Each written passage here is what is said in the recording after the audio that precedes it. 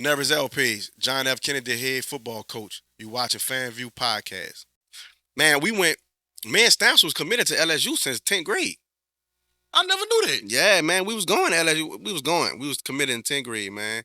I went up there, well, both of us, because we used to always go. Coach Reese took us every year, and then Coach Jack took us every year, too, for their camp. Man, we went up there and Because back then, that's when they was doing with the top 100. Yeah. LSU camp. Yeah.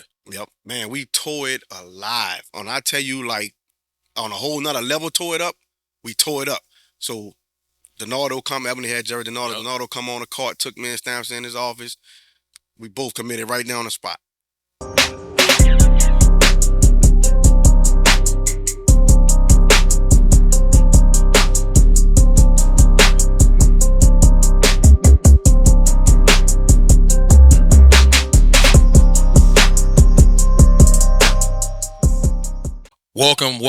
Welcome back to the FanView podcast.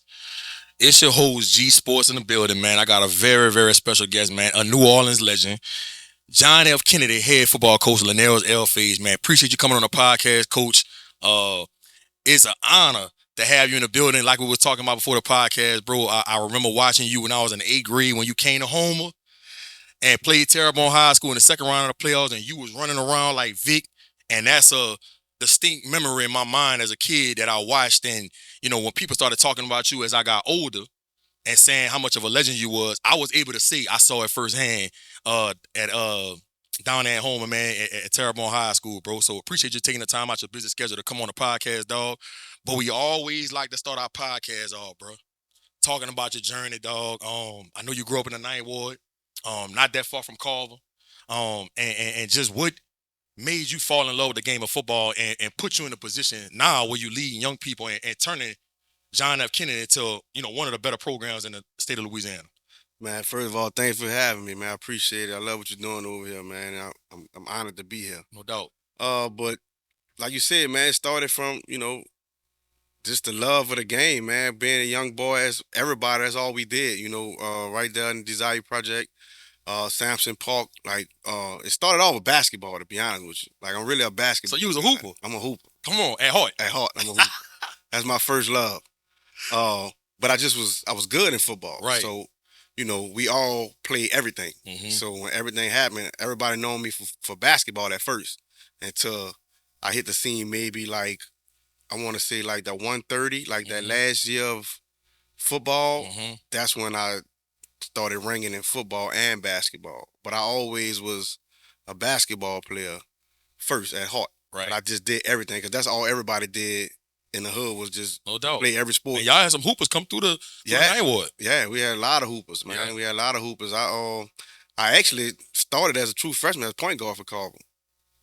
So at first, early on, it was a battle between football and basketball. Yes. It was a battle for me. And then, some things happened with the coaches, so, trying to make me pick between the two. And they was doing that back then? Yeah, man, it was bad. It was bad. And my first love was basketball, but then they kind of took the love away from me, and I had to just go with what, everybody was telling me, which was football. So at first, when you made a decision, because, a lot of kids go through that this day. They don't know if they should be a hooper or a football player. Then you got some people saying you should be a football player, and some kids think I think basketball the route. Did you think that was a good decision you was making back then? At first, I didn't. I didn't know because I didn't want to make the decision. I wanted to play both. I just wanted to continue to play both throughout my whole high school career, like I've been doing my whole life. Like I did it for the Parks. I did it in junior high. Now I'm in senior high, and it's a problem. Like, why would that be a problem? I've been doing this the whole time. Right. And, so that was that hurt. It hurt me a lot because I love basketball, Now, at the end of the day, I knew when somebody sat down and talked to me that was the right route to go as far as the next level, but that still wouldn't have stopped me from, doing it on this level. I still could have had both worlds on this level. Could have been a good, one of the best two-sport athletes in the state. Right. Yeah. And your brother was a hooper. My brother was a hooper. Yeah, and that's why basketball my first love, because that's my big brother, and I watched him, and I wanted to be like him. So then you go to San Diego State? Yeah, he went up there. He went to San Diego, went to Grossmont junior college. Okay. Yeah, so Because he went around the time Marshall Falk was at San Diego State, right? Marshall was at San Diego State at that time, and he was up there, and he was in Cali the whole time while I was playing. So he didn't really get a chance to see me get down on He ain't either get to one. see the human joystick. No, not like he should have. You know? So he caught me at the end. He caught a couple of my senior year, so he actually got to see it in person. But like as far as like early on going up my 19th grade year, basketball and football, so that was the thing. Like I said, I started my 9th and 10th grade year in basketball. Damn. And then I kind of like. And that's when Carver was rolling like they rolling now. Rolling. The year that I stopped playing was 97, I think, 98 with Fred last year. I don't know if you remember Fred Marshall. No, Fred Marshall. I thought you were about to say Fred Stamps. No. Fred Stamps played basketball with me. Fred Marshall was the legend and played football with me. Fred Marshall was a legend in basketball. They call him Jesus. That's where Tyreek get his name from, Baby Jesus. Fred was the first Jesus. And that's the year we lost in the game before the Final Four as a third round in basketball, I think it is. Quarterfinals. We lost at home to Woodlawn. That was his last year. And then, like, if you notice, I don't know if you remember, but every year they went to the quarterfinals, then they went to the Final Four, then they went to the championship, and then they went back and won it. Mm-hmm. So from that stretch, Carver had a pool of talent, yes, indeed, and basketball that was crazy. They had a hell of a run. They had a hell of a run, man. Man, I remember the stories. I never played at Carver, but I know a lot of people that talk about, man, when you played Carver, and you got people up there throwing the weights down, intimidating you when you're taking the ball out. Man, you better not make this next shot. Yeah. You make this next shot, you ain't gonna make it out of here. Yeah. I heard it was tough to play. That was the dungeon. Yeah, it was tough to play the dungeon. Because it's a ride to get back there. Like when you come in, you gotta go down like a long little thing to go in the alley to even get to the gym. And it's dark. Right. It's like some movie type stuff, man. It's crazy. You know what I'm saying? Like the atmosphere it's crazy back there. The dungeon, like when you come in there, you know you coming in there. Right. So keep taking me through this journey, man. You're in high school, now you're picking football. And, like you say, the legendary Wayne Reese, he leaves. And then, like we talked about before the podcast, you guys start running this spread offense before the spread was even implemented. Right. Take me through that era and how special you and Fred Stamps was as a tandem, bro. Like, man, people still talk about y'all to this day. Like, y'all was one of the best 1-2 punches that anybody ever seen in the city. Right, man. Fred was special, man. Let me back it all the way up, like you said. It's crazy how me and him even get to become a tandem. Now, mind you, I told you we played junior high together. Mm-hmm. Stamps played on defense in junior high. Stamps was a free safety. I can see that. He didn't even play offense. He didn't even play on offense in junior high. Right? I was quarterback in junior high, and I played corner. I played both, so I played on offense and defense. But once we finished junior high and we got on the senior team, he still started out at safety on the senior team, but then he moved to wide receiver. Mm-hmm. I was running back with Coach Reese. So I was at running back. I wasn't even at quarterback. Because I didn't want to play quarterback. I really didn't want to play quarterback. Why not? I don't know. I just didn't. I wanted. You didn't want the responsibility? Nah, it wasn't with the responsibility. I was like, I'm a DB, but I wanted to. I like having a ball and running, like Yeah. Now when I got to be in the pocket with the spread, it was a whole different animal. Yeah. You know what I'm saying? So, but I wanted to play DB. I was a corner, so that was my thing. Like and a receiver because I love receiver too. So when Coach Reese left, Coach Reese came, and then he left. So going into the spring, the quarterback got hurt. The quarterback got hurt. So Coach Jack told me to go to quarterback. So were you mad about this decision? No, I wasn't mad at that point. Okay. Because I just figured I was going to fill in and just do this until he come back and then go back to doing my thing. But once I went in there, it was over. I ain't never not been in there until I graduated. So it was, we scrimmaged John Mack. Mm-hmm. We scrimmaged John Mack, and that was it. I ain't never come out. Light bulb went off. Light bulb went off. Yeah. So, and like a lot of people don't know, I only played quarterback 2 years. Yeah, You know what I mean? Like a lot of people compare it, and other people have 4-year careers and all that. I only played 2 years. My junior and senior year. My like I said, my sophomore year, I played DB all the way until like week 6, and then I played running back. So I never was in the pocket my sophomore year at all. I always played corner. And then I didn't even get on the varsity team till 10th grade. I was on junior high in 9th grade. I wasn't on the varsity. I mean, I suited up. Right. But I didn't play. Right.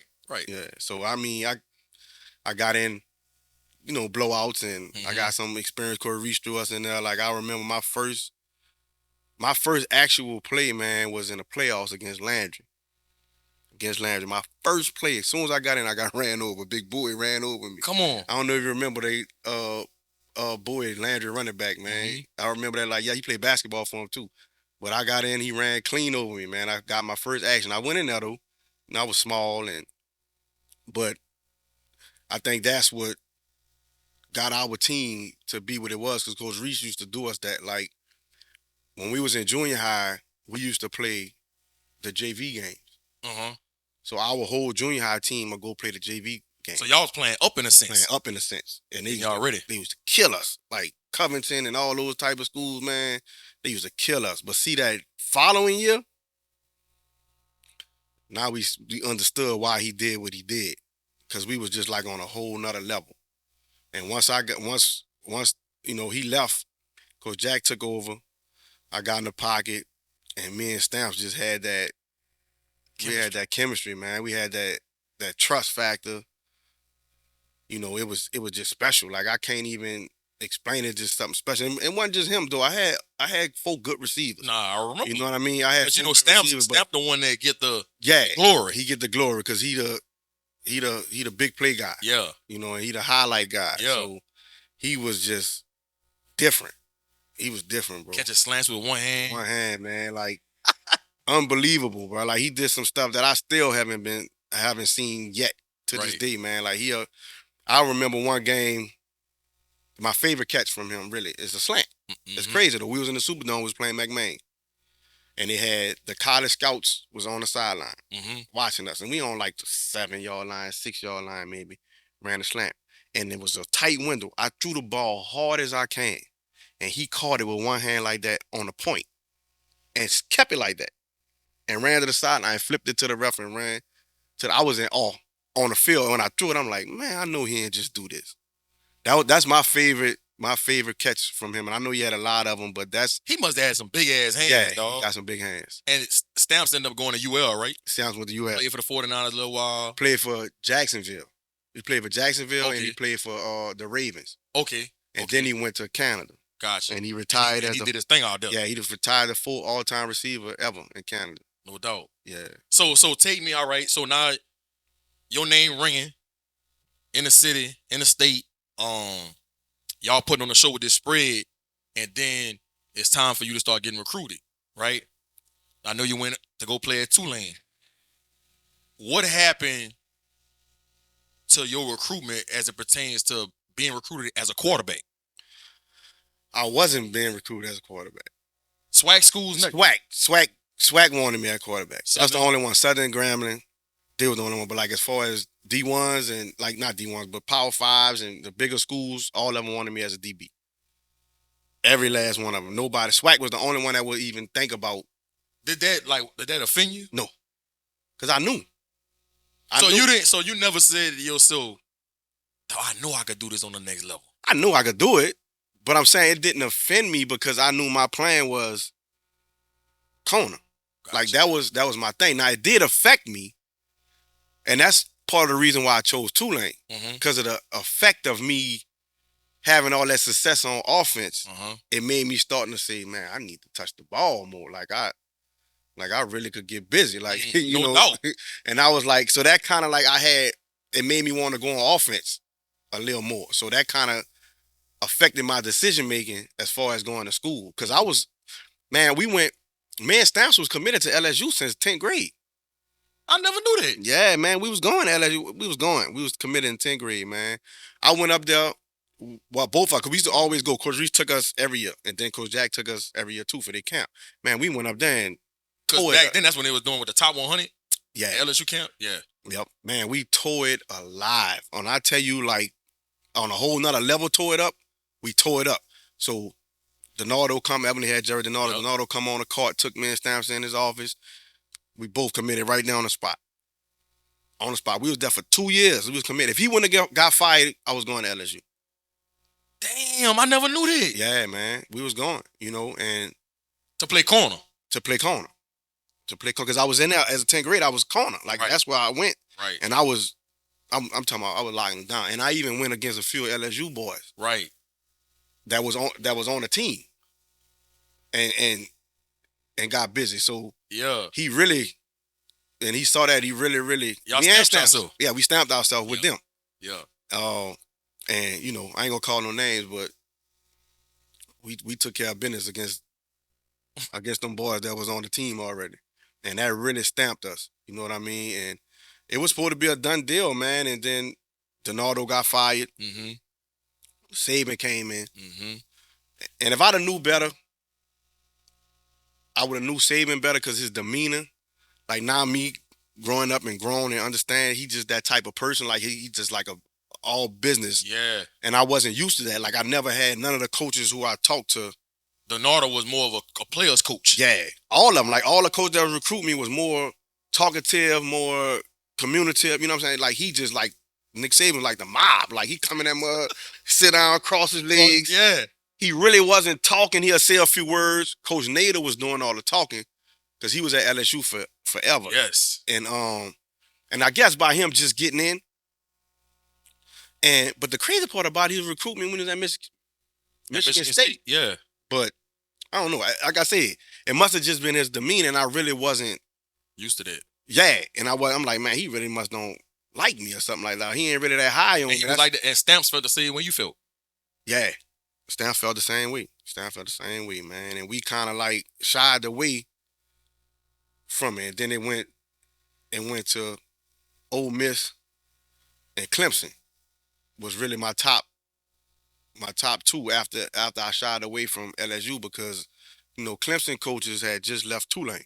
He bowed them. Bowden. Right, sure did. Coach Burns and all them. So Coach Burns and them, that was the top of it was them and Ole Miss was there, but they wasn't really there until I went on my visit. Then they really had a shot because I Who had was the coach at Ole Miss at that time? That was I think Tuberville. Yep. I think Tuberville. Tuberville. Yep. Was the coach, man, and it was so that I had winded down. It was I think my five was Georgia, Clemson, Ole Miss, Tulane, and LSU, I think. And that's amazing, bro. At your size, you know what I mean? Like, kids ain't getting recruited, especially back then. Right.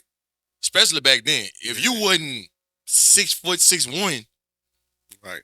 And the crazy part about it, like I told you, all of them was recruit me as a corner because I was listed as an athlete. mm-hmm. I was listed as an athlete. And then you could do punt returns and kick returns. Kick returns and all that. But my senior year, I didn't play DB at all. 2 games. I played against Curtis, and I played... The game y'all got cheated? What y'all was up 14? No, we was going back and forth. We was up, I think it was up 14-7. Okay. 14-7. Because we was going school for school.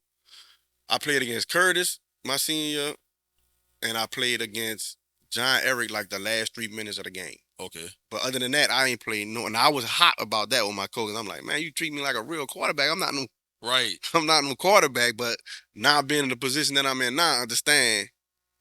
Couldn't afford to get you hurt. Right. Well, he did it, and then they knew.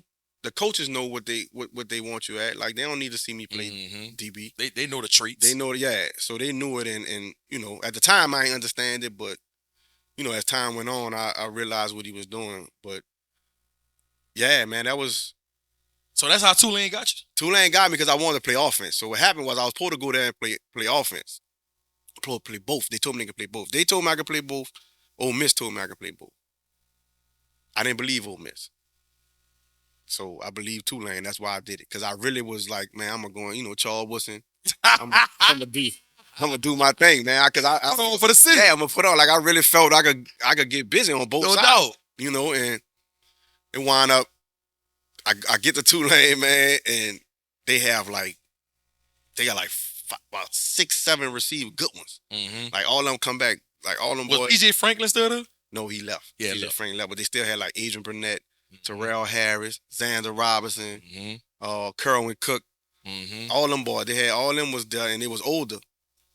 And then they had DBs too. So, coach tell me, I don't want to sit out. Like my whole thing was I'm not registered. I don't get where I'm going. Right. I'm going to play. That was my whole thing. So they were like, man, you might, get on the field faster at DB. And, by me wanting to play, I just took advantage. I played the first game. I played a lot. Like I ain't started, but I played a lot. Like if I would have started, I was nickel the whole time. And then by the third game, I started every game. And you did some returns. Yeah, I did. I did some returns and all that. Well, not I did some my freshman year, but my sophomore year, I was the guy. I did all of them, all the returns. So you played at Tulane with 3 years. Yeah, 3 years. What went into the decision for you to leave and not play 4 years? Man, it was a lot. That was a hard decision because the year that we had, like that was like the best year Tulane had since the 12-0 Mm-hmm. season, and we had a lot of seniors on that team, Mm-hmm. and I just felt like I was gonna be the only one coming back on the defense. It's gonna be a down year, rebuilding year. Yeah, but not necessarily rebuild. It's just that my guys was gone, and that was a part of it. And the other part, I just had a phenomenal year. Like I had one of the best years in the country as a DB. You know what I mean? So I had 8 interceptions. Mm-hmm. I think I was second in the country in interception. Boy from Notre Dame caught one at the end to take it by one. I was like 5 in punt return yardage average. I was 10 in kickoff return average. I was first in the country in pass breakups. Like I just was like I had a You was going crazy. yeah. Like I don't know if I was gonna be able to top that. And then on top of that, my draft grade was good enough for me to feel like I could go. I mean, that was on top of it. At that time, the league that's the goal, man. That's always the goal. And plus, ain't have nothing to hold me back. Like, nah, they making that money. They don't really have to rush Yeah. Yeah. to get there. You know what I mean? Like, I'm from the Night Ward, man. yeah, I gotta go get this. It's right there in front of me, man. Like I really got a chance to do what I want to do with my moms. And so that was the two determining facts. Like I just felt like I had a great year, man. And then all my friends was mostly seniors with me, and I was with them for 3 years, and I was like, man, I think it's time for me to go, and I went. And then you transitioned into the league and take me through that experience and all the different adversity you went through with it. Man, that was tough, man. That was like some of the toughest times in my life as far as like dealing with the politics and the other stuff, and like even before the draft, man, like I got hurt. I pulled my hamstring So before that the affected your draft. pro day? Yeah, man. Oh. I never was hurt before. Like that's crazy. I never pulled my hamstring in my What's life. the odds of that happening? What's the odds of that happening? I never missed a game. I never was hurt. Like, and I got hurt training. I was in LA training. I pulled my hamstring. Man, it was right before the thing, and I tried to do it, but I couldn't. I pulled up, and that was one of the worst things that ever happened because I ran and I didn't finish the 40. And he put me down as like a 4.9 or something, but I never. So now that time sticking with you. Yes.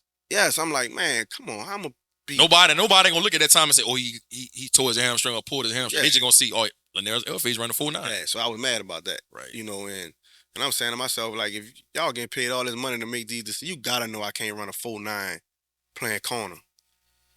Come on, man, 4.9. On the film. That's crazy, but that was a process. So, but I shook back, and I wound up working out for the Rams. Mm-hmm. I worked out for the Rams and the Saints. Mm-hmm. I worked out for both of them pre-draft. So the Rams actually came, like, I want to say 2 days before the draft.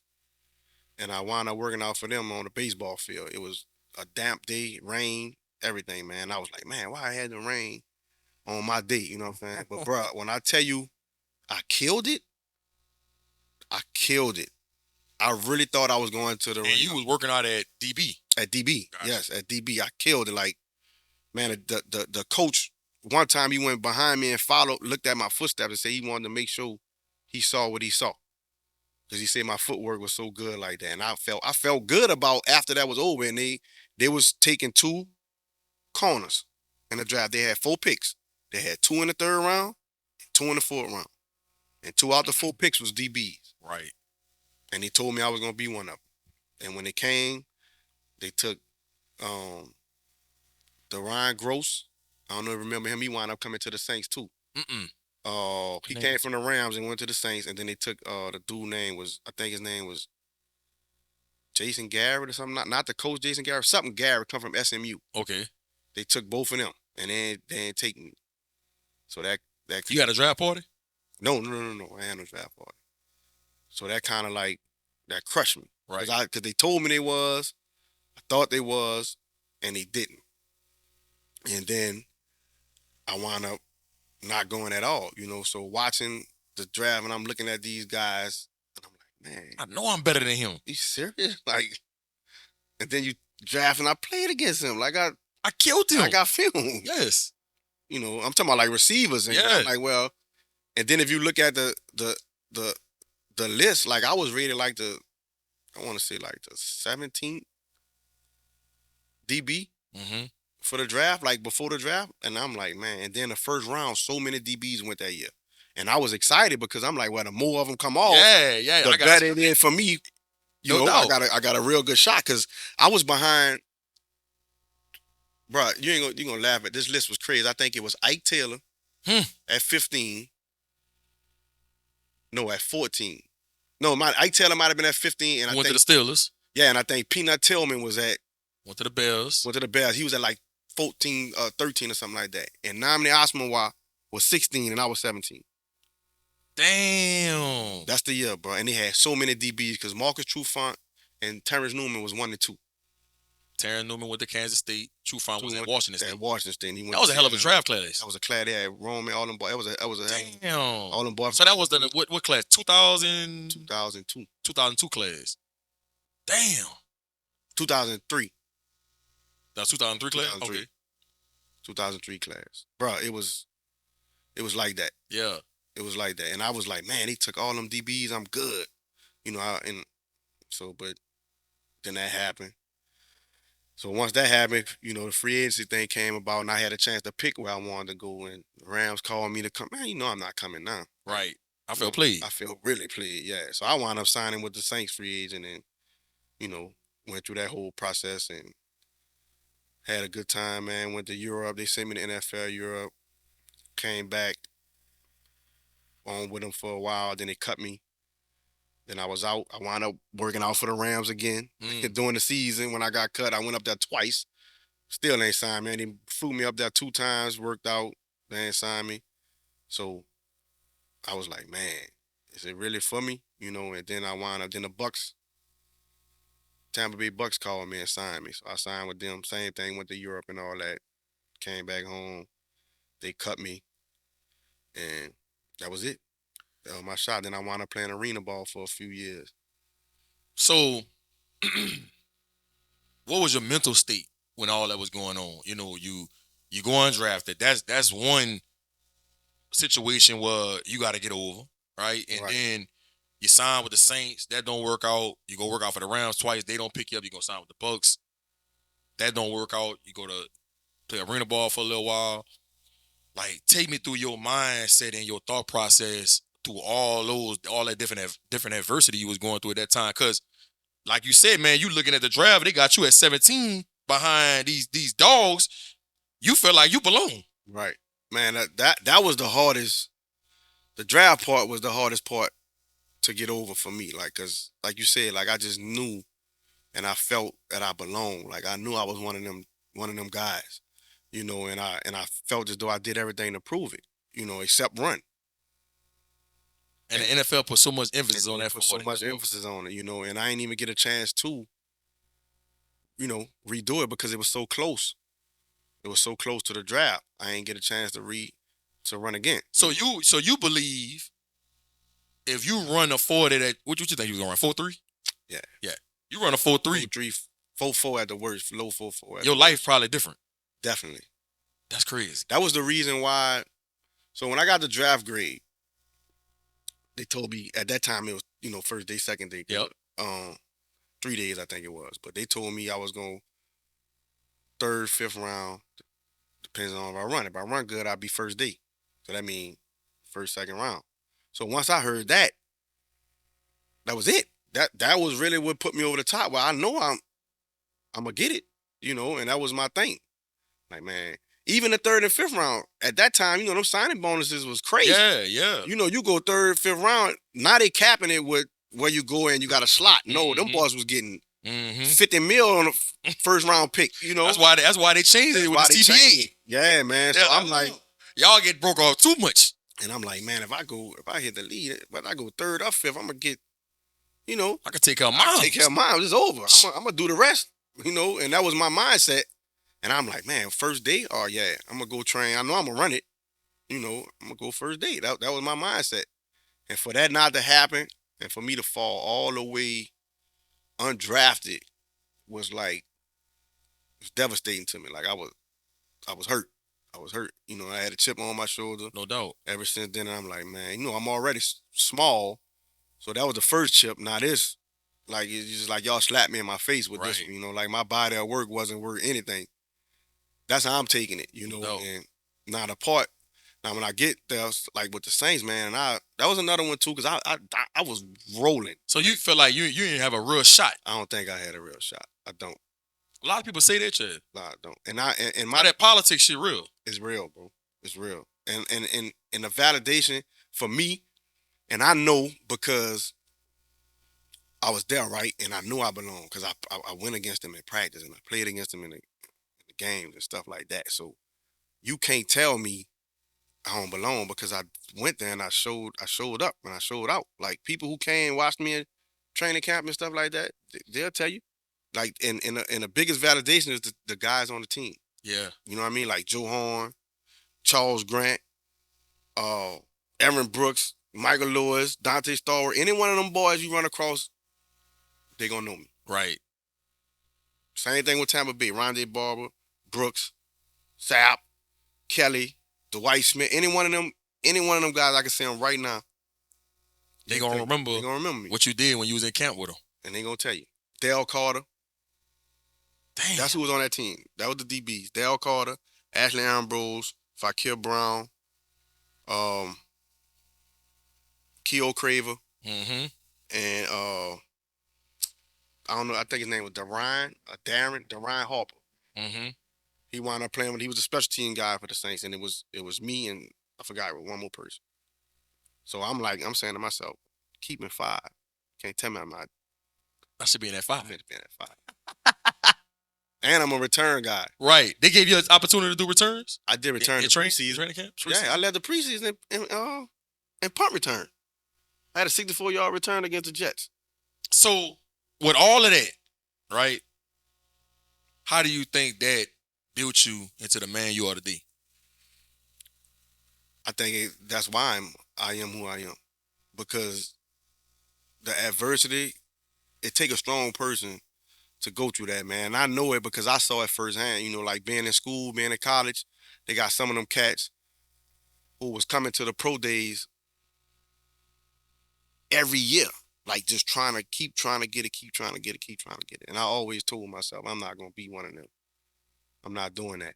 You know what I mean? Like, and I would I had a confidence in myself, and I believe, and I know that I was supposed to be, but everything happened for a reason, so I wasn't gonna like just put my whole life on hold just chasing that like that, right? Year in and year out, and I just told myself, like, once I stopped playing arena, and that was it. I just said I'm done, and I ain't never putting that stuff back on again for free, No doubt. And this coaching thing came about. That wasn't planned. I never thought I'd have enough patience to do it, but my son, you know, he really the one that got me in it, just being around, like just being around at the parks and just being a dad, just being a fan, just helping out where I can, bringing the coolers for him and bringing the water.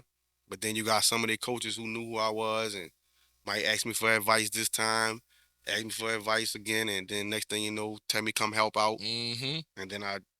And once I started doing it, I just kind of like fell in love with it. You know what I mean? Like I just felt back. Camaraderie. Yeah. Seeing kids look up to you. Seeing kids helping wanting to kids, learn, helping them and seeing it happen. It's just it's a different feeling. Yeah, But it is. You still had that connection to the game though. You know what I mean? In a different capacity, but it still feel that fire, you know what I'm saying? It feel that void in you that you feel like it when you're missing it, you know what I'm saying? So you was able to find another identity. Another way, man. I was able to find my way in another, and just have a purpose as far as and still being connected to the game and helping other people. And that's just my focus now. I always say like even with me coaching high school right now, like my goal is to have them ready when it's time to go to the next level. Like I don't want it to be a culture shock. Like when they go there, they want to feel like they belong. Because when you feel like that, you're gonna go 100, and then like man, you're gonna have that confidence. Like I did this before. No doubt. Like we did this in high school. So you might not do everything, but the basic stuff you're gonna have For the most part. For the most part. So once you have that, then you feel as though you belong. Then you're gonna maximize your full potential. Right. And I'm a firm believer in that because Right. I know everybody don't have that attitude. You know what I mean? Like I had that. Like I'm the guy. You had a mindset. I had a mindset. Like I want you. Like I came in there, and that's why I think they took to me like they did in the league with those teams, like with the Saints. Like my first day, one-on-ones, I called Joe Horn out. Let's get it. I'm a rookie, right? Hollywood. So I'm a rookie. So normally the rookies go with the rookies, the vets go with the vets. So matter of fact, Tellman Garner came out that year too. Tellman was on with the team. Florida State. Yeah, he went to Florida State. So it was me and Tellman to go up. And I told Tellman, no disrespect, bro. I want Joe Horn. Because my mindset is if I could show them that I can handle him, he one of the best in the league, I'm going to make it. So always go after the dog, And then once we went, I broke the pass up, and everybody went crazy. The vets, they bucking it up. Bucking it up. So guess what happened the next time? He called me out. So now I got what I wanted. No doubt. You know what I mean? So all eyes on Lynaris. All eyes on me now. So I get to show out, and we were going back and forth, and they respect me for that. He respect me for that, and we just had a relationship, and it just went all the way through, and it was on from there. Like everybody like gravitated to that, but that's always with my mindset. Like on basketball, I'm always gonna check the best person on the other team. That just was my mindset. Football, the same thing. If I'm at DB, I want the best receiver. Because I want you think you the best. I want to show you I'm the best. I don't know. That just my DNA, man. And that's how I roll with it, and that's how I roll in life. Now I do want to touch on something. Obviously, like we talked about, your junior year at Tulane, you had a outstanding year. You felt like you wasn't gonna be able to top that year, so you decided to go to the league. But you didn't get your degree, right? Years later, you go back and get it. I know a lot of cats, when they leave that junior year, they don't go back and get that degree. You decided to go back and get it, and now you started pursuing the coaching thing. Now you're a head coach, a successful head coach. Take me back to that, man, how important that was for you to go back and get that degree after leaving years ago from school to go pursue the NFL. Yeah, it was crazy, man, because when I first left, the athletic director at the time at Tulane was Rick Dixon. And he told me to promise him that I was gonna come back and do it, right? And I did, which is not thinking. I'm like, man, I get it, but I'm gonna get it whenever I get it. Right. Because I'm thinking about the league and stuff like that. So I was, like you said, I was gone for some years, man, and I was like, I need to go back. I need to go do it. And the crazy part about it, man, when I went back there and I went in his office and I brought him to tears. And he broke down crying. He said, "Man, you don't know how long I've been waiting on this day." Because he told me he promised my mama that I was gonna graduate from Tulane. And he broke down in tears, man, and he kept his word. And I went back and So I he did it. welcomed you back with open arms. Open arms, open arms. I'm talking about immediately. I didn't have to do anything. All I had And to how do, many years later was this? this had to be like That's a long time, bro. about 6 years. Yeah, Because once a year passed, yeah. a lot of cats ain't going back, Yeah, dog. going back, man. You know, you get at school tough, man. You gotta go while you going. You know what I mean? But I yeah, I went back. He was excited, man, and you know he just was just going off telling me how proud of he was of me for doing this, and this is why he do what he do. He retired now, man. He the reason why Tulane have this stadium also. Come on. Yeah, man. Yeoman. Yeoman, yeah. He I don't know if y'all remember, Tulane played a couple of games at Tag Gorman Stadium when I I played. think I do remember that. 2 years we played a game. Each year we played a game now. And I didn't know at the time, but he was telling me that that's why he was doing it to show the donors and whoever else had the money people how the atmosphere would be if they had their own stadium again. Right. So they used Tag Gorman to do that. And man, that Because was it was no atmosphere in the dome. none. None. You had no Too big. Too big. No tailgating. The students have to catch a shuttle to go to the game. Like it just was. We could have 30,000 in there. It's not gonna even. Yeah. It's not gonna. It's gonna feel like it's empty. Yeah. So it was really. He had a plan, which we didn't know at the time, but he was just breaking all that down to me when I talked to him, and he felt as though he did his job there, and he went out in the sunset, man. He retired. So, but I finished it before he retired, so it was a good thing, man. I think that's important, man, because a lot of cats, shit, you've been seeing it over the last week, 2 weeks. People entering the draft, entering the draft, entering the draft. And I know a lot of cats, bro, they don't go back and get it.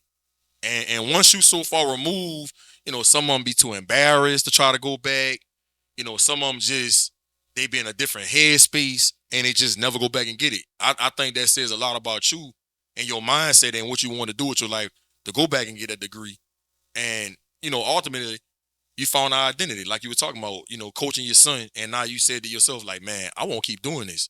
And I know I know the people at Kennedy benefiting from it right now. So I kind of want to go back a little bit. We're gonna fast forward past the degree and stuff, but I kind of want to go back. Man, talk about growing up under Marshall Faulk and what him going to Carver did for you, and not only you, but a lot of people in that Ninth Ward area. Man, it did a lot, man. For watching him growing up.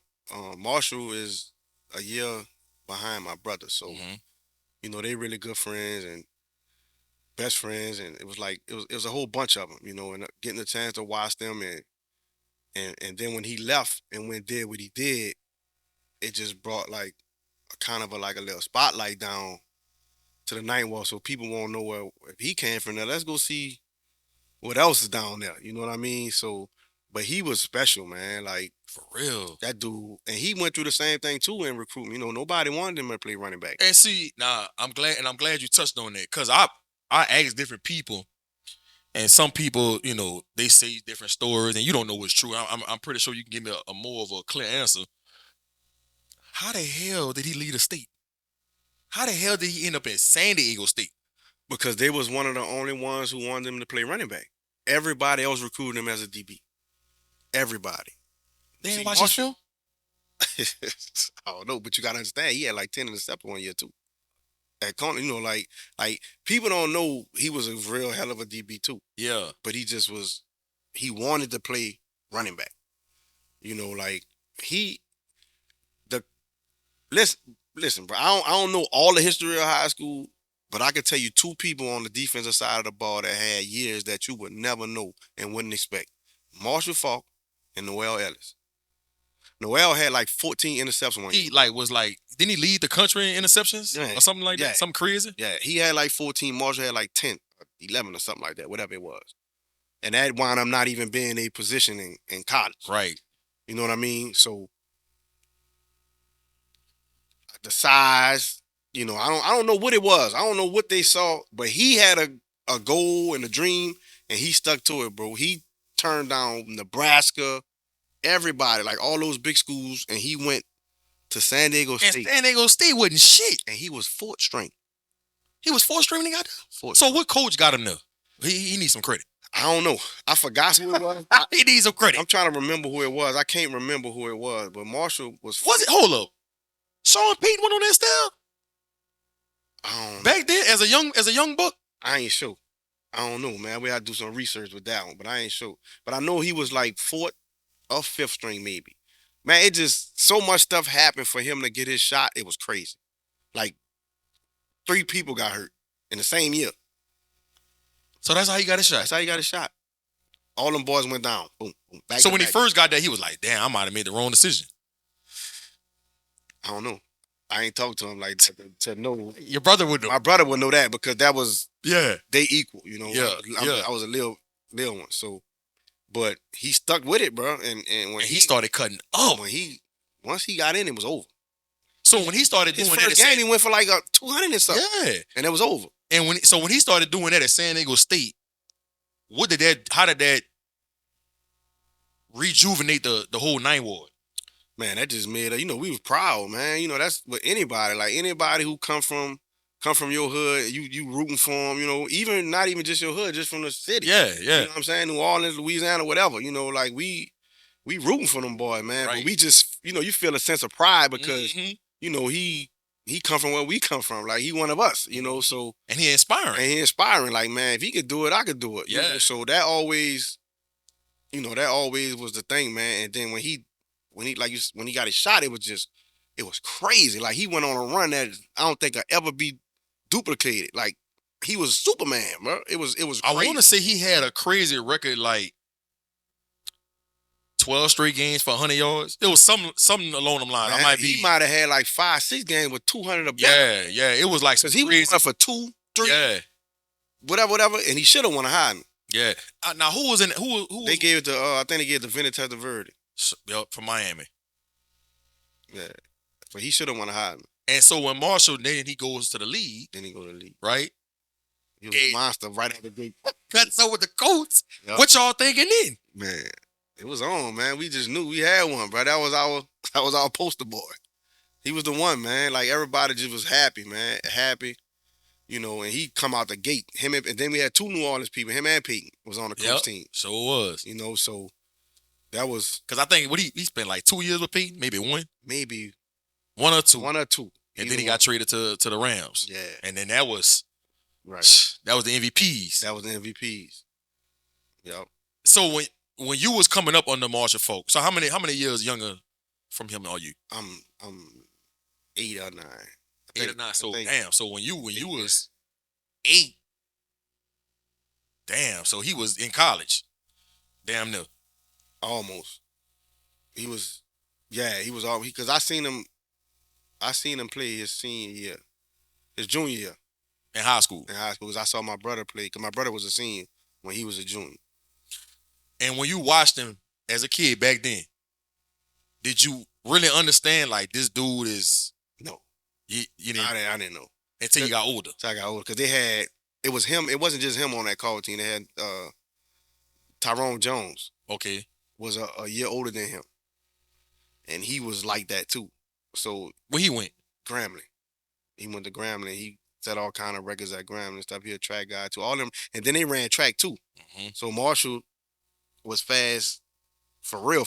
Yeah. Like, he had real like track speed. Yeah, But he had moves on to go on top of that, which made him special. no doubt. So all them was like that. So I really didn't know like I'm looking at a future Hall of Famer. Like I just knew they was good. Like them boys was good, and I want to do what they doing and better, So that was my mindset with them. But I couldn't sit up here and tell you I knew that he was that guy like that. I just, you know how you thinking, like, Yeah, yeah. them dudes good, Yeah, man. yeah. Yeah. This your 4th year at Kennedy? Yeah, I just finished my 4th season. Finish your 4th season. Yeah. Man, let's talk about that, bro. The kids was never known for football. Just being honest. Basketball, Yeah. you know, with the Dwayne Mitchells and stuff back in the day. You know, I remember playing against Kennedy and stuff like that. But football, you know, it had some athletes come through, but you never seen them getting to the playoffs and having the type of season you've been having since you've been there, man. First of all, what's the recipe to taking over a program that was broken for so many years? I mean, they changed the name, the late area. You had to deal with all that. But what's been the recipe, bro, to turn that program around and have the success that you've been having? And not only that, been putting kids in school. Man, it's just hard work, man. Like, believing, like, just like I told you, I think it goes from my attitude. Like, I want to win. Like, I don't care what the situation is. I'm going for it, And I came in. It was tough, Like, I didn't see it because my first practice, I had like 8 people showed up. The first year I got there, 8 people Because a lot showed of up. people were saying you was a fool for taking that job. I don't know if you heard the whispers in the streets. Nah, I ain't hear it. Yeah, some people was like, man, what the hell he's thinking about? Man, but I wasn't. Man, it had to be meant though, because I really wasn't. I wasn't searching for it yet because I was waiting on my son to graduate. Because you was the OC at OC at Carver. Carver, yeah. So I was saying that when my son graduate, then I start looking. But the opportunity presented itself, and I was like, man, I can't pass it up. Like, I really think it could be something. So I had a conversation with my son, make sure he was good, and I let him stay. I ain't taking him. I could have. I needed him, but but I let him stay, Right. finish his senior year off with his friends and everybody else, and he said he was cool with me going, so I went for it, man, and I went in there. I had, like I said, I had 8 people showed up the first practice I called, and I was like, man, what I got myself into? Like, how we gonna make this work? And then as I went, started getting contact of the kids who was at the school and on the team, and then it started picking up a little bit, and then I had a couple of seniors came. I had like 17 kids left, I remember that. and they were starters. I remember that. They all went to other schools and started. So that kind of was demoralizing. Like, I'm like, man, with those kids, it would have been a whole different story, I believe. But I had quarterback stud, a few receivers, and a couple of, like pretty much everybody who stood was kind of like the backups of the guys who left. Right. And but man, I tell you, when that group came together, it was 23 kids. I had 8 the first day, but I wound up we played the season with 23. Your first year? My first year. 23, man. And when I tell you those 23, I'll never forget this in my life. Those kids gave me everything they had. Everything, man. And we had a saying, like, that team is called Left for Dead. What's the meaning behind it? Everybody left them to die. Everybody I left. like that. So we had that on the back of our shirts and stuff like that. That was their motto. That was their saying for the year. They left us to die. So Left for Dead. And we were 23 kids, man. We went 6-2 because that was COVID. 6-2. Made the playoffs for the first time in 18 years at Kennedy with 23 people.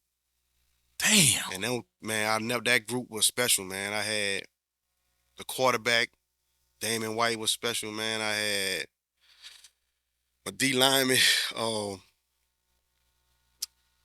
He had to work because his number is 99. But you can't wear 99 on the offensive line. Right. And he had to go both ways, so we had to bring 2 jerseys to make him feel good. I had to bring 99 and 77, so when he go on offense, he switched to Maj, man. To Maj Carter, man. Like, so he was one of those guys I had. Program guy. Yeah. Micey, like, those guys stood knowing didn't know without knowing what was ahead of them. And they came in. I asked them when I had to meet with them. I asked them. I said, "Man, I'm not coming trying to take over y'all. This y'all house. Y'all built this house. I'm just asking y'all to let me be a part of it.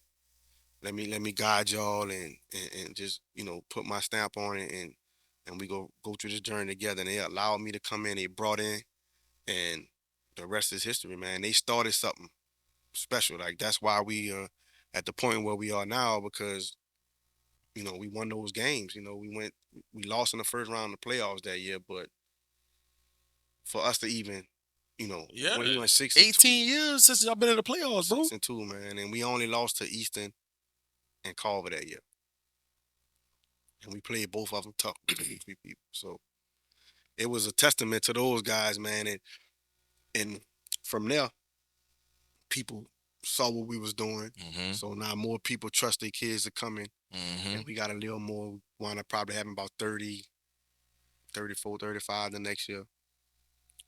Put together another good season, and then not this season, but last season was the one where we kind of like really, really hit the scene. Mm-hmm. We put it all together. We had numbers. We didn't really have too many people. Had to play both ways. Mm-hmm. And it's history though. After that, man, like they set this tone, and last year team had I don't know if I think it might have been the best record in the school history, but I know we went the furthest in the playoffs. Yeah. For sure, for sure. Yeah. Which y'all went to the quarters, huh? Yeah. Yeah. And Who y'all lost to this year? this year we lost to Shaw. Shaw. Oh, yeah. Yeah, we lost to Shaw. Last year we lost to E.D. White. Mm-hmm. So, man, it's just been up, man. We've been fortunate to get some good kids come in who buy into the program, and and we just trying to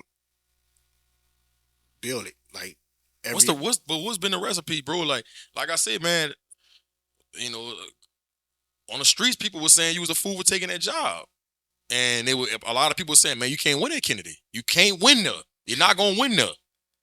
Yeah, man. I getting the kids, man. You gotta get the kids. And then we coach our butts off, man. Like we really get down. Like we really coach and we really show the kids that we care. And I think that's why we get as much as we get out of them, and just putting that brand on the field and building that culture and making it a fun culture for kids to want to be a part of. And when the parents come see it, they feel comfortable in sending their kids. And that's the main thing, man. You got to get kids. Like you really have to get the kids in there to be able to do something special. And I think the formula is just us being like just authentic. Like what you see is what you get. I'm a hard coach to play for. I'm old school, Mm-hmm. so I Demand a lot. yeah, I demand a lot, man, especially from the quarterback. And they buy into it, man. They look past it, the yelling and the fussing, and they know my heart. They know I care. They know when I'm trying to get the best out of them. So Kids know. kids know, yeah, they'll know. Outside looking in, you might think I'm crazy or whatever, but they know what to listen to and what not to listen to. So Don't listen to how I'm saying it. yeah, listen to what I'm telling you. So What I'm telling like you said, they know, and I just think that culture and us being authentic as we are, like we ain't blowing no smoke up you. We telling you how it is, and we coaching you hard, and we demanding a lot, but we gonna have fun. We gonna let you be yourself. And that just that's the formula. That's the method that we take, man. Building a family atmosphere and allow them to be themselves within the team, and you know we all for it. We all for it. And then the next thing, you know, what people will be saying, why would you go to Kennedy, man? You're not gonna get recruited. You're not gonna be able to go play at the next level if you go to Kennedy. Well, that seems like a myth. Yes. Man, one of my favorite guys that you coach, man, Deshaun Baptiste. Signed with Troy. Yeah. The Reaper. The Reaper. Evans, 2025 kid, right? Yeah, Evans 2025. Joey 24. Joey Davis. Joey Davis. And then B. Baby. You know what I'm saying? Bernard Causey, man, who was an LSU signee. How have you been able to change the narrative of that, because that's what a lot of people was telling kids around the city. Why would you go to Kennedy? You will not get recruited. You won't be able to have a chance to go play the next level.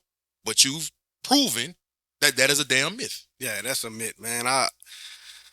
You just got to show them, man. That's the only way you could change it. You can show them because you could talk to you. And I know I'm forgetting some other kids that. Yeah, you could talk to you blue in the face, but once you show them, and I told them that I've been saying that, man. Like it don't matter where you go, man. They're gonna find you, especially in today's game. Like you have so many avenues to be seen. It's unbelievable. Like when we played, we didn't have that. Like you had a VHS. Like you didn't have social media. Like Had to yeah, you had mail to your mail teeth your off. teeth off and hope it get there. And like right now, they got coaches and scouts that's just for social media or for whatever platform that you on. Like they're gonna find you.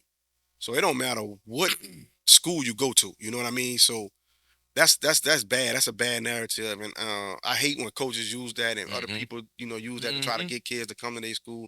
I don't do that, man. Like wherever you go, if you good enough, they gonna find you. And the thing is, what you want to know is if you're gonna be put in position to be the best version of yourself in order to get recruited. That's the thing, and that's what we pride on. We gonna put you in the best position to maximize your talent and try to get you seen as much as possible to be the best version of yourself. And if we could do that, if you're that caliber of kid, it's gonna happen. And we ain't everybody not gonna get a D1 scholarship. Everybody Right, not gonna go right. to We gotta college. be realistic You with gotta yourself. be realistic. You know what I mean? So it's it's hard, man. Like if you look at the statistics, you got a better chance of winning the lottery Yeah, than to get a D1 scholarship. yeah, That's crazy. yeah. As how it sounds, you got a better chance of winning the lottery twice than you do of making it to the NFL. So you got to be realistic. Some of them, I tell them that all the time. Like, just might be your last stop. But those of you who have the opportunity, you gotta work it. You gotta work your butts off, man. You gotta be able to put in the work, and we gonna put in the work to make sure that we put you in the best position as possible. Do the kids, and I ain't trying to toot your own horn, and I really don't want you to be modest right now. I really want you to be real with me when I say this. Do the kids realize who you are, or they don't be realizing? Uh, some of them, but a lot of them really don't. Some of them who parents know me Yeah, may have told them, some things about them, but then when we go like and do certain things or go certain place, somebody else might bring it up and man, you don't know who your coach is, this, blah, blah, all that. But some of them don't know, and then unless sometimes, well, they be feeling themselves at practice, and then I got you gotta bring them I down. gotta get them on them and bring them down. Yeah, like Like, sometimes oh, I did this. I did this. Yeah, like I'm not reading out a book. You know what I mean? Like I really did this before at a high level. Yeah, And I'm not just telling you something I've been through it before. So most of them don't. They're young enough, but as they go on, as they be around me long enough, somebody going to say something to remind, like to let them know, and then they'll probably go look it up and research it, and then come back. I ain't know you did that. I ain't know you did that.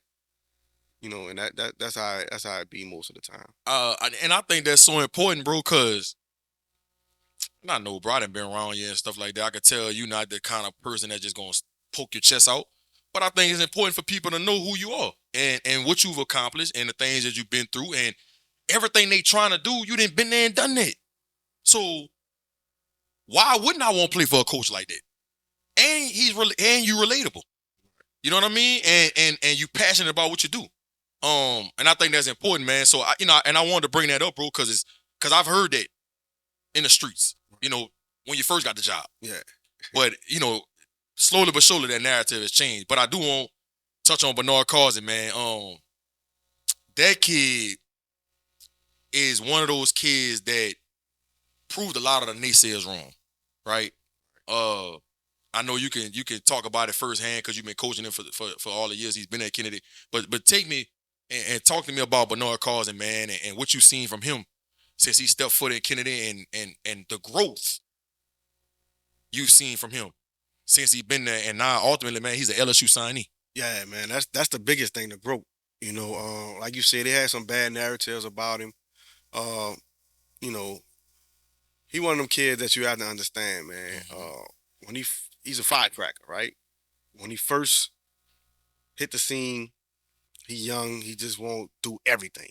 Like he just want to be a part of everything. He want to get into everything. want to talk trash, and like that's his demeanor. But Passionate. passionate, definitely. And the coaches like that to a certain degree. You got to learn how to channel it. Mm-hmm. But that's what they love about him. He has confidence. Confidence never waver, Never. never waver. He works extremely hard, more than anybody who you're gonna ever run across. Now he gonna talk more than anybody too, probably, but he backs it up with his work. Mm-hmm. Now the growth came in.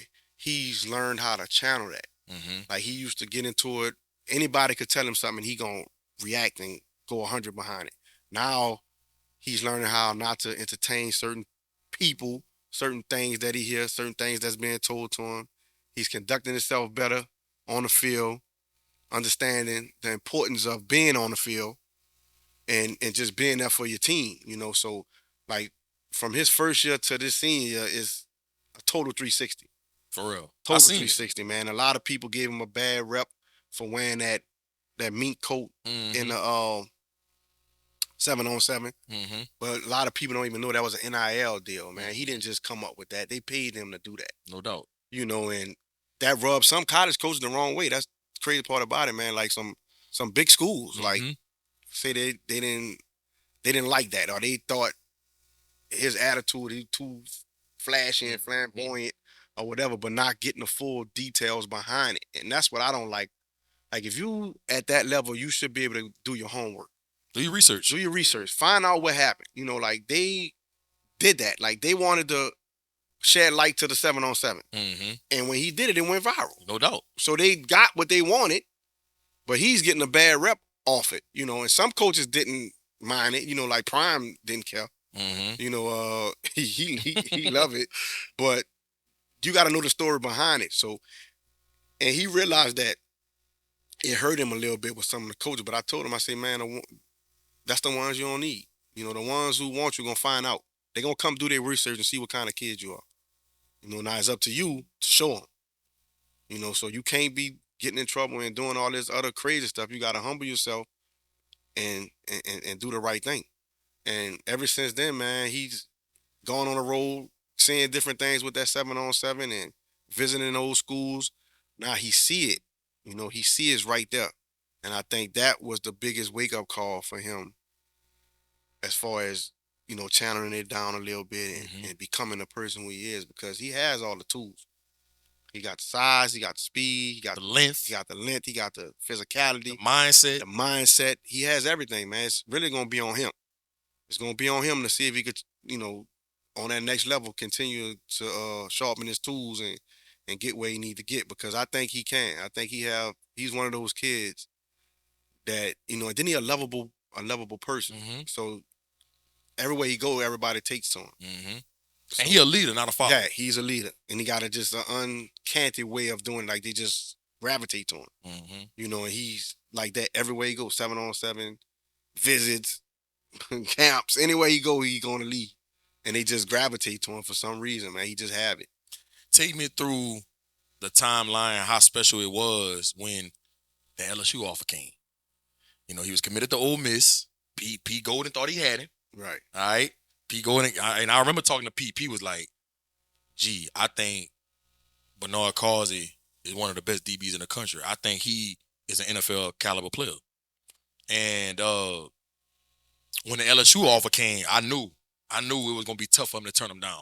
Talk about that moment, man, him getting the LSU offer and then ultimately committing to LSU and then signing. How special of a moment that was for y'all. It was special, man. It was crazy because he felt some type of way because they didn't offer him. He balled out at camp. Yeah, he went up there and dominated. I think he ran a 4.49. Dominated. He jumped good. They caught a ball on him. He balled out the one-on-ones. And they didn't offer him. So he was like, he came back like, Coach, what else I gotta do? I said, man, it's a process, man. I said, just, it's gonna take its course, So Ole Miss came with the offer. And they offered him. Pete came out, practice a couple of times. Went and watched him work out a couple of times. And he offered him.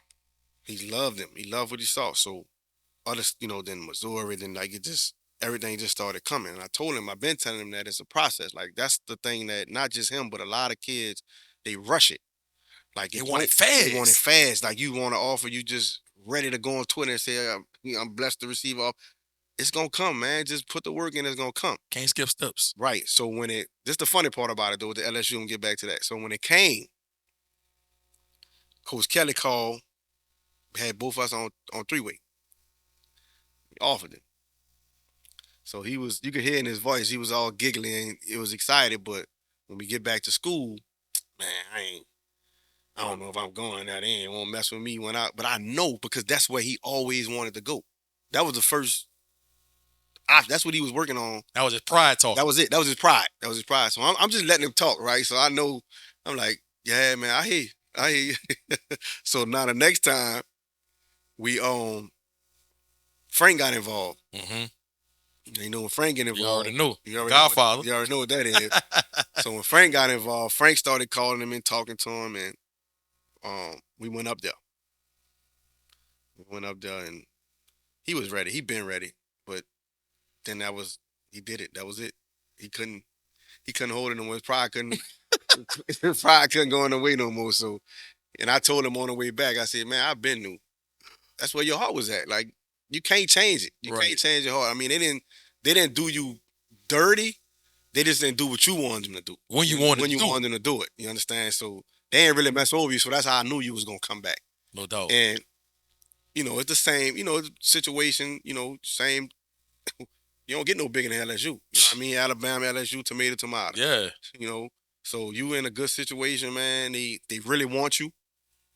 And that's what it's all about. That's what I tell them, man. You got to go where you want it. Mm-hmm. You still going to have to put in the work, but when you want it, you're going to have a real opportunity. So he was excited, man. And once that happened, it was it.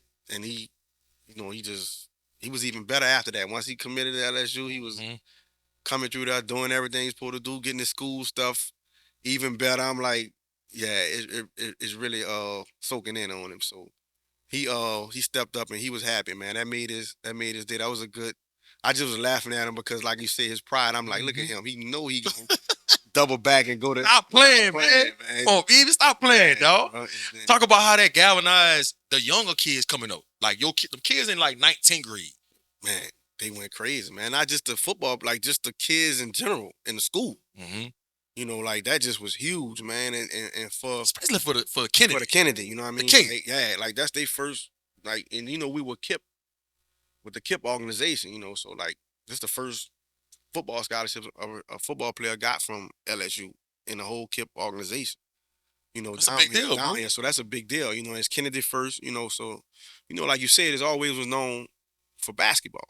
And now we changing that narrative, now you got to start paying attention to what the football program is doing. Doubt. And that was the goal going in. We wanted to come in and just be one of those schools. Like when you mention what school you want to go to, we want our name to be in it. And that way, I think we are heading in the right direction with that. Because Carr is the mecca right now, and Bryce is just Bryce. Doing a phenomenal job. Doing a hell of a job, man. And they everybody say that they get all the kids and stuff like that, which, may be true. They get their fair share of kids, but you still got to put it together. You still got to put it together, man. And the way he run that thing over there it's awesome, man. Like, it's just beautiful to see. No doubt. And he's good at what he do. You know what I mean? Jerry, same thing at Eastern. Like, those programs are up there for a reason. You know what I mean? And can't hate on them, man. Like, they doing their thing. And all you could do is just, all right, I'm coming. And I know, because when you think about Easton years ago, before Tony Hall got there, Easton was a laughing stock. Yes. Nobody was talking about no damn Easton when you talk about football. And now they're looked at as one of the prominent teams in the state of Louisiana. Right? Why not Kennedy next? That's what I'm saying. Why not Kennedy next? That's our goal. And that's what I'm telling you now. Like, those guys put in the work and did that to get their programs where they, and it takes time. And that's what we doing. We working to get there too. Like, I know the hard work and a phenomenal job they are doing. So my hat goes off to them. I just want to get my program to be at that level. And and it take time, like you said, it take time and hard work. And I think we're heading in the right direction. And I think we right there knocking at the door. We're one of them teams now. I believe. I see y'all, man. I see y'all. Y'all definitely trending in the right direction, man. I love to see it, man. I love to see young African American coaches, not only winning, bro. Of course, we won't win and we competitive and we won't try to put ourselves in an opportunity to put rings on our finger. But man, what you doing for the young people? Like, inspiring them, teaching them life skills, learning how to communicate, the importance of being on time. Those life skills that's going to take them in a later life. And I'd have been on the sideline, see you getting on them. You know what I mean? But I know your passion and where your heart at, dog. So I'm rooting for you, dog. I can't wait to see Kennedy as one of them prominent teams that people started talking about consistently throughout the state, bro. But we got to get into the Lynaris favorites, man, before we end the podcast. Here we go. Here we go. Here we go. Favorite football player of all time? Jerry Rice. Hands down. Not even close. Best football player ever. Favorite coach of all time that made the most impact on you, no matter what level? Oh. That's tough, man.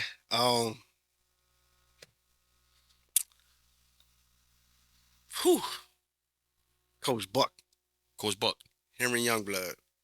He was coach us in Nord. Park ball coach. Park ball coach. He was a coach. He ran a Desire Center, the Desire Basketball Center. Okay. He ran that. What is it about? What He was just everything, man. He taught me everything. He was like a father figure. Like he was the closest. Like he was there for everybody. Like I love him to death. Like he was the because he was only doing the basketball. We had to go to Samson to play football because the project didn't have a park, so they wasn't a team. But we played basketball all the time. Right. And then the center had more than just basketball. We did ping pong and like just all kind of stuff in there. He just sit us down, life lessons, get on us about school. Our mama called him to get on us when we doing something wrong. He just was that. He was that guy. I was fortunate enough to have a lot of good men in my life with my coaches, but if I had to pick one, it'll be Coach Buck. Favorite movie of all time?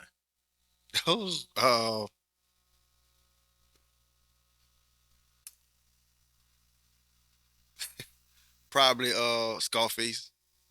Damn, boy, that's like the third podcast in a row. Somebody said Scarface. Scarface. Damn. All right. Favorite sneaker all time? Which one? Yeah. Favorite sneaker? Jordan the 4, the black and red ones. The 4? Okay. Yeah. Okay. Favorite place to visit?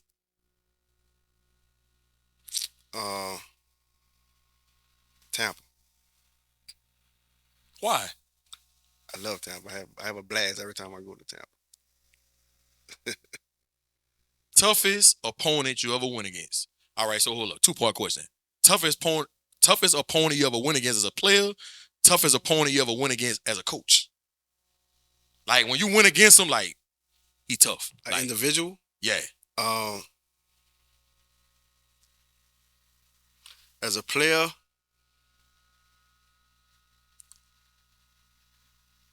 I'll probably say that's probably say Deion Branch From the Patriots. And as a coach, probably Like when you game planning for him, you like, I don't know how we gonna stop this motherfucker. And then when the game came, you like, damn, we can't, we ain't got nothing we can do to stop this motherfucker.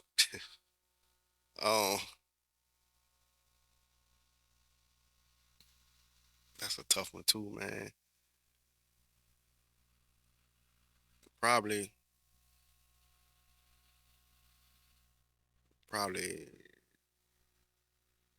E.D. White. I don't know the coach name. Kyle the same. Yeah. That option.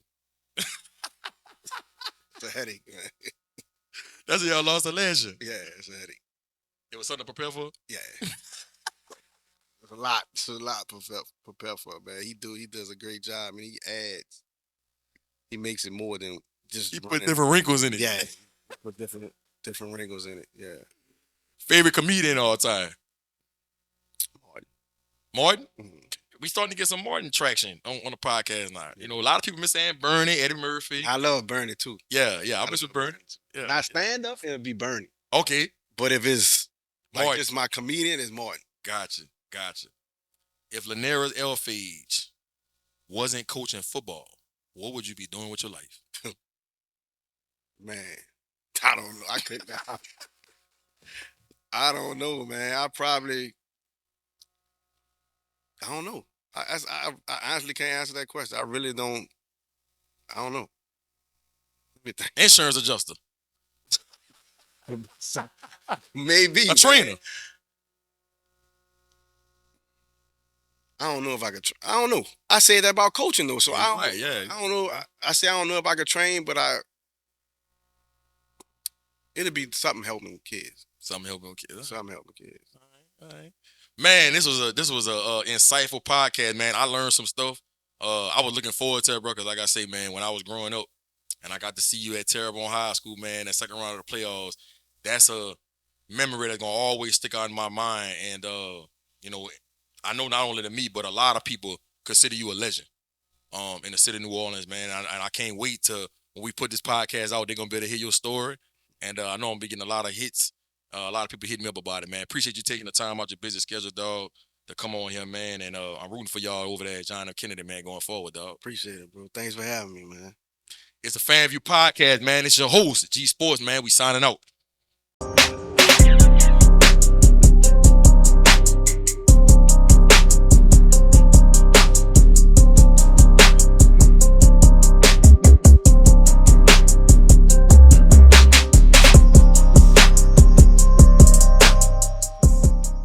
Step Construction is here for you with a brand new offer. We now provide affordable storage sheds. Stop wasting your money on overpriced storage units and portable containers. Step Construction can provide you with a custom shed that will fit your budget and storage needs. So contact Step Construction today at 504-340-5809 for your own personal quote. Let us help you take the next step at Step Construction. It's DatBoyFred, host of FanView podcast. Tune into the NOTN app weekdays 3:30 for the FanView podcast. Go to NewOrleansTalkNetwork.com to watch more episodes of FanView podcast. Don't forget to like, subscribe, and watch.